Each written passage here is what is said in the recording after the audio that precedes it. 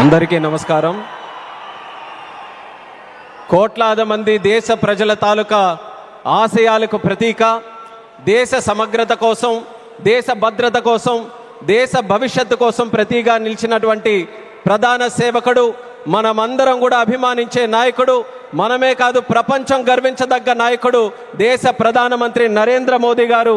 అలాగే విజనరీ నాయకుడు, నవ్యాంధ్రప్రదేశ్ నిర్మాత మన ప్రియతమ ముఖ్యమంత్రి వర్యులు నారా చంద్రబాబు నాయుడు గారు.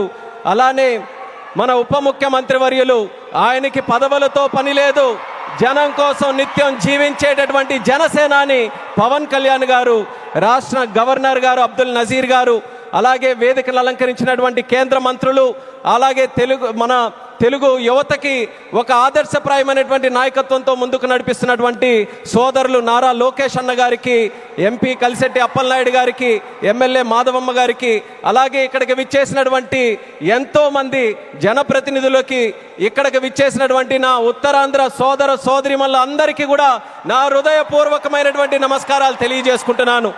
ఒక 12 సంవత్సరాలైతే ఒక పుష్కరం అంటాం, 100 సంవత్సరాలైతే శతాబ్దం అంటాం. అలాంటిది యుగానికి ఒక్కసారి వచ్చేటటువంటి కార్యక్రమం అల్లూరి సీతారామరాజు విమానాశ్రయం ప్రారంభోత్సవ కార్యక్రమం అని గర్వంగా ఈ ఉత్తరాంధ్ర బిడ్డగా, మీతో పాటు ఇక్కడ పుట్టినటువంటి వ్యక్తిగా, కింజరాపు ఎర్రన్నాయుడు గారి తాలూకా బిడ్డగా ఈరోజు గర్వంగా ఉందని కూడా ఈ సందర్భంగా తెలియజేసుకుంటున్నాను. ఉత్తరాంధ్ర అంటే ప్రతి ఒక్కరు కూడా ప్రపంచం వైపు చూసేవాళ్ళు. మనకి పని కావాలన్నా, మనకి ఏ అవకాశం కావాలన్నా, మనకి పొట్ట గడవాలన్నా, ఏ కార్యక్రమం చేయాలన్నా సరే ఉత్తరాంధ్ర అంతా కూడా ప్రపంచం వైపు చూసేది.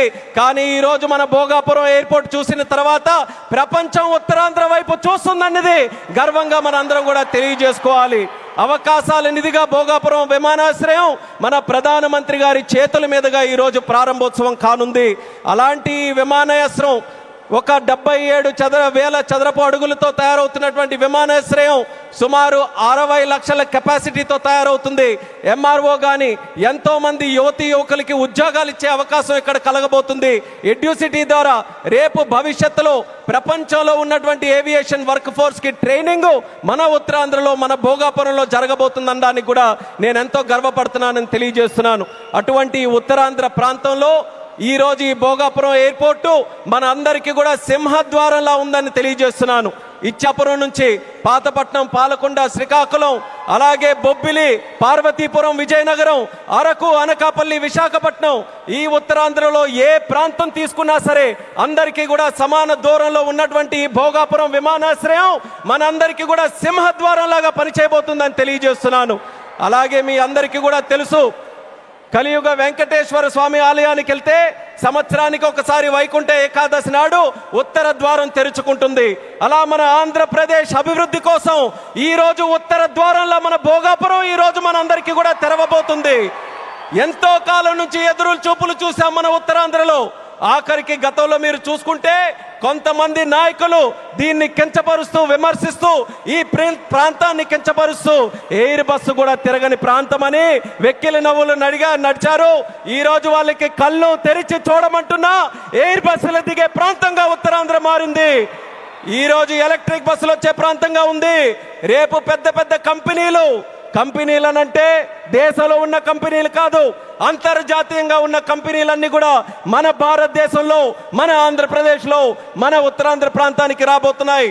వాళ్ళ బస్సులు కూడా ఇక్కడే తిరిగి మన యువతీ యువకులకి అన్ని ఉద్యోగ అవకాశాలు కూడా కల్పించబోతున్నాయి. ఇలాంటి పవిత్రమైనటువంటి భూమి మన ప్రాంతంలో తీసుకుంటే ఒక పక్కన ఆధ్యాత్మిక ఆలయాలు శ్రీకూర్మం, శ్రీముఖలింగం, అరసవెల్లి, సింహాచలం, అలాగే రామతీర్థాలు, పైడితల్లి అమ్మవారు, ఇలా ఎన్నో పవిత్రమైనటువంటి దేవాలయాలు ఇక్కడ ఉన్నాయి.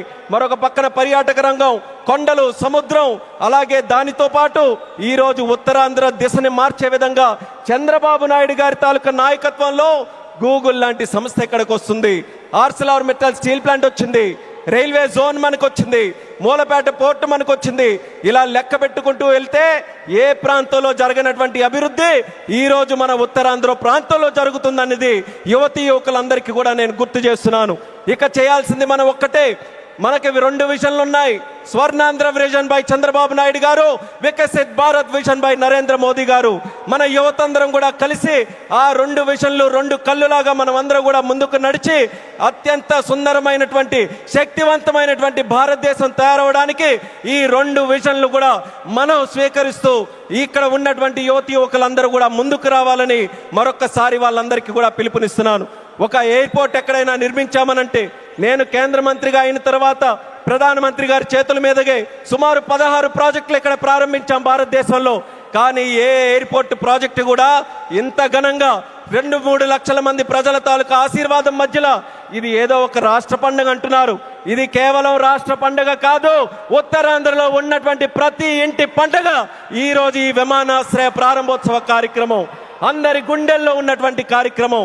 అటువంటి కార్యక్రమానికి మనం నిజమైన అర్థం ఈరోజు సాకారం చేశాం. అర్థమనంటే భవ్యమైనటువంటి ఒక బిల్డింగ్ కట్టడమే కాదు, దానికి చరిత్ర గుర్తుండిపోయేలా మన్యం వీరుడు అల్లూరి సీతారామరాజు గారి పేరు పెట్టడం, ఇది ఒక చరిత్ర అనేది కూడా తెలియజేసుకుంటున్నాను. అడవుల్లో ఎక్కడో వినేటటువంటి పేరు, అడవుల్లో వినేవాళ్ళం అల్లూరి సీతారామరాజు అని. అలాంటి ఆ పేరుని ప్రపంచం మొత్తం మారుమోగుతుంది. అమెరికా వెళ్ళినా, ఆస్ట్రేలియా వెళ్ళినా ఎక్కడికి వెళ్తున్నారనంటే అల్లూరి సీతారామరాజు గారి తాలూకా గడ్డ విమానాశ్రయానికి మేము వెళ్తున్నామని మన యాత్రికులందరూ కూడా గర్వంగా చెప్పుకునే స్థాయిలో ఈరోజు ఆ పేరును కూడా మన నరేంద్ర మోదీ గారి తాలూకా అధ్యక్షన కేంద్ర ప్రభుత్వం అంగీకరించి ఈరోజు పెట్టింది. ఇంత ఫోకస్ మన ఉత్తరాంధ్రలో పెట్టిన తర్వాత మీ అందరికీ కూడా ఒక్కటే తెలియజేస్తున్నాను, ఇంకా మనం ఎక్కడ కూడా ఆగకుండా ఉత్తరాంధ్రకి కళలకి రెక్కలు వచ్చే విధంగా మనమందరం కూడా ముందుకు వచ్చి ఈ అవకాశాలన్నీ ఎవరి కోసం? ఇవి రాజకీయ అవకాశాలు కాదు, ప్రజల కోసం, యువత కోసం పెట్టినటువంటి అవకాశాలు. ఆ అవకాశాలని మనం అందిపుచ్చుకొని ప్రపంచంలో ఏ ఏ ప్రాంతాల గురించి మనం మాట్లాడతాం, ఇది ఎలా డెవలప్ అయింది, అది అలా డెవలప్ అయిందని బాధ్యత మనం తీసుకుందాం. నాయకులుగా వాళ్ళ తాలూకా నిర్ణయాలను మనకి చెప్పారు, వాళ్ళ మాట నిలబెట్టుకున్నారు, అభివృద్ధి ఇక్కడికి తీసుకొని వచ్చారు. ఇక పని చేయాల్సింది మనం ఆత్మవిశ్వాసంతో ముందుకు వెళ్ళి ఈ రోజు వచ్చినటువంటి అవకాశాలని సద్వినియోగం చేసుకొని ఉత్తరాంధ్రని ఉత్తమాంధ్రగా తయారు చేద్దామని ఇక్కడ ఉన్నటువంటి యువకులందరికీ కూడా పిలుపునిస్తున్నాను.